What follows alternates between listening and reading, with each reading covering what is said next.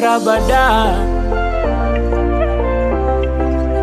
Dafubude Nilisumbuka sana mwaka jana kupata kazi, pesa shida kubwa, na mwaka huu sitokwama.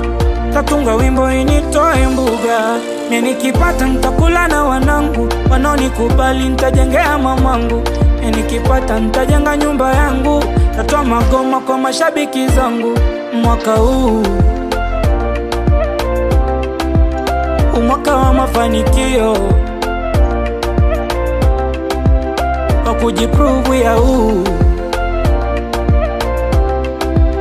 kwa ma TV na ma radio.